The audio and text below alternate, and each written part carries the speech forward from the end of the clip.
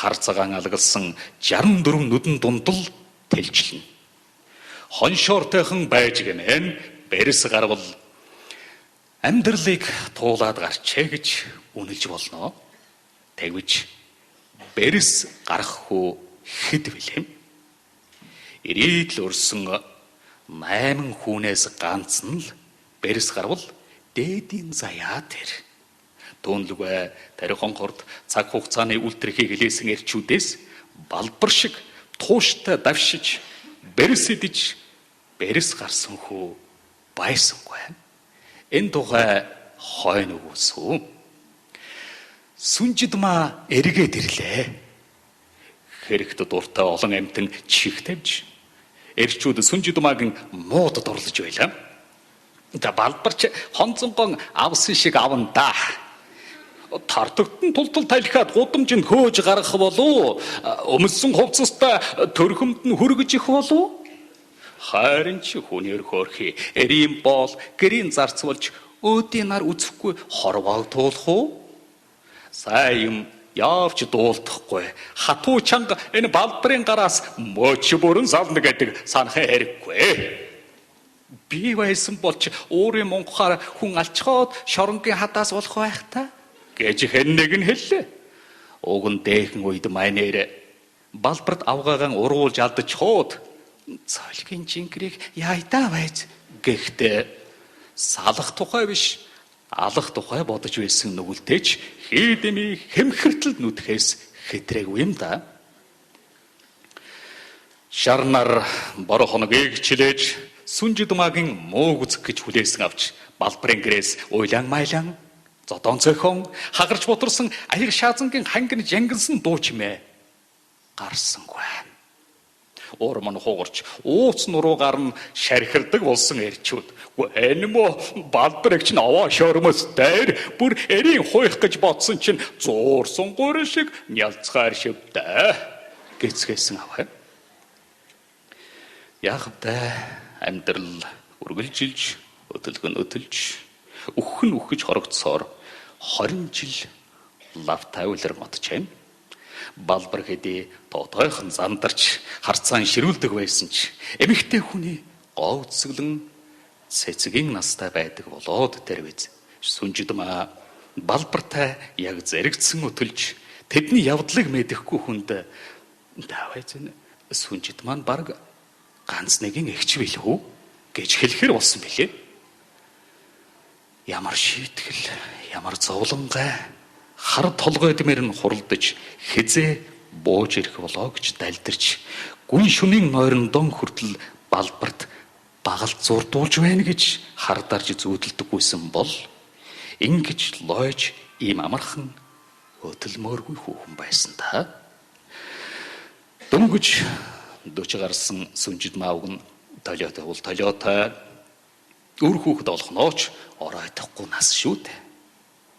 Балбар минь ухаантай, ууж сэтгэлтэй, ууж зөөлөн эрхөн гэж хан суйдан залбирч байвч сэтгэлийн гүнд нэг л зовөр 20 жил хурглаа. Инээдхөөр айл зан нь дөрвөлжин бурам шиг сүнжидмаагийн хамаг эрчим хүчийг балбар сорчихсан юм уу? Эсвэл түүнийг дотроос нь мэрэх айдсын хэвэн ирвэхээ хөндөлөөд идчихсэн үү гэдгийг нэг хоромж мэлми цавчлгүй харж байсан бурхан болгоох бойцаа. Сүнжидмаа хүүхэд тээж үзээгүй зөөлөн цагаан хэвлэн илж хөнжилдөн гашуудан эр нөхрөө хуурч нүгэл хураасныг нь бурхан уучлсангүй гэж гашуун нулимсан унган балбар энэ цагийг 20 жил хүлээсэн билээ. Сүнжидмаагийн чихэнд дэлсул элдвийн сонсогдох авч балбар минь эр нөхөр минь арайч тийм хийхгүй. Хийх байсан бол аль эрдний тэхэл байсан. Энэ олон жил дээрэн хуваалцлаа намайг уучлсан шүү дээ гэж бодно. Суутай явдлын гэрч одоо бол өтөлж доройтон ач зээгэн эрхлүүлж голоон дэвтэхээс өөр шидэггүй болсон өвөгчүүл шууд унтууцлаа. Гохогшин азар жороосрог гихчээр энэ балбар Залуу хүүхэд сэрл гэж гин. Шимэлдэг болсон хэм ясаа хэмчүүлэхэнтэй. Сүнжид магийн шимийг сорж гүйцээ. Эм амтэн нэг алдаал биз. Цагта манай хөгшин ч хөнгөн сайварлаад лавсандаг. Тэгдэгэд яах юм? Энэ момон байхгүй бол амааран шорон өмөхгүй юу би? Хэлээд яах вэ? Одоо жаргадаг цаг. Аяг тагшин молдвол цаашаа гэхгүй. Ач зээдэн ноолуулсан шиг налайж суухаас илүү юм хаа вэ? Балбар ёрн зөнөж байна. Зөнөхөр барах уу? Ямар эрүүл ухаантай хүн хортой залуу охин дагуулж түмний нүдэн дээр галзуурч явах вэ? Тарих нэргсэн тэр нэг мө охин ч гэж дээ. Охин хамуурсан толгойтой шаар. Эцгээс нь хүртэл үе молторсон хөгшин хар юм дагоод гэдэг нь ч годгоноч явдаг. Хойтын өдөр эрлэгийн элчийн өмнө юугаа хэлэх хүн бэ энэ Балбар? Өвгдийн унтуцал хаврын төмөр шиг галзуурн байхад тэхэсэн шиг Балбар дотор бодолдон өөртөөгөн харгалдаж хэвтлээ. Шатрын хөлөг 64 нүүдэлтэй цаана нь хурч бэрэс гарна гэдэгч амаргүй зөөлг юм да. За яах вэ? Үхээд арилаад өгнө. Үр хүүхэд гэж байх биш. Нэгэнт өнгөрсөн явдал.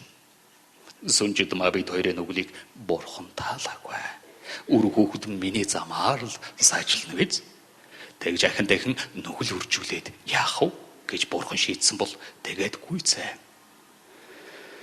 Сүнжид маа намайг энэ өхөн хавьдан шаралаг генерал шиг торгон амтан гайхуулж явахад төмний нүдэн дээр даанч муухай хорсосон доо. Марти орхи яшигдвэг эм амтан сэтгэл алтрауис гэж бодсоор 20 жил өнгөрсөн ч энийг дороодох тусам миний хорсос ирээд байх. Яад хэмцүүс нүд аних цагт сэтгэл амарх үз гэж эцсийн хариу гаргаж юм. Сар сарвуулхан шүн байла. Хорвоод ийм шүн олон байдаг бол сайхан. Балбар хүзүү долгоо хэрэтэ байж амтэн хүний хил амны зугаа болсон өнөөхөн хөтлөн хайрлаа. Чүдэн зурлгүй тамтичсээр баруун талын орны бүтээлгийг хуулж залуу сэвгэрэн өвөртлөн нойрслоо. Уйдгарт олон шүнийг нойргүй тэлчилж барах болсон сүнжид маа. Балбар ганцаараа биш хоёулаа. Тэгтээ бүр бүсгүйхэн дагуулж ирээд шууд оронтой орлоо гэдгийг мэдээд өндич чадсангүй. Ясан хугарсан шиг шаналж арайч те Балбар минь. Тэр чинь аль эртний явдал шүү дээ. Миний өтөлж дороотхыг харах гэж чи сар шувуу шиг сахиж суусан юм уу? Царай зүстэй залуу халуун байхад минь хөөгөөд явуулчихгүй яав та. Амьд хүн юм чинь аргаан олоод амьдрахал шүү дээ гэж зогсолтгүй мэгшин. Цөхрөх шургчин унах гэдэг эннээс өөр юу байх вүлээ? Сорхирон хашгирмаар байлаа. Даанч оройтчээ. Ай сүнжид маа. Шатрын нүүдэл гэдэг уран нарийн хүчрэх төвчээр хад чулуу шиг хүйтэн ухаанаар зогсолтгүй давшиж байж хүчээр сая бэрс гардаг байна. Мадлна гэдэг хуурах төдий биш гарцаагүй байдалд унахын нэр юм байна гэдгийг сүнжид маа хүйтэн дэрэн дээр хазраан хайруулж үүр цайлахтан сая ойлгожээ. Баярлалаа. Монголын зохиолчдын эвлийн шагналд бидний баяр сайхан эртний явдал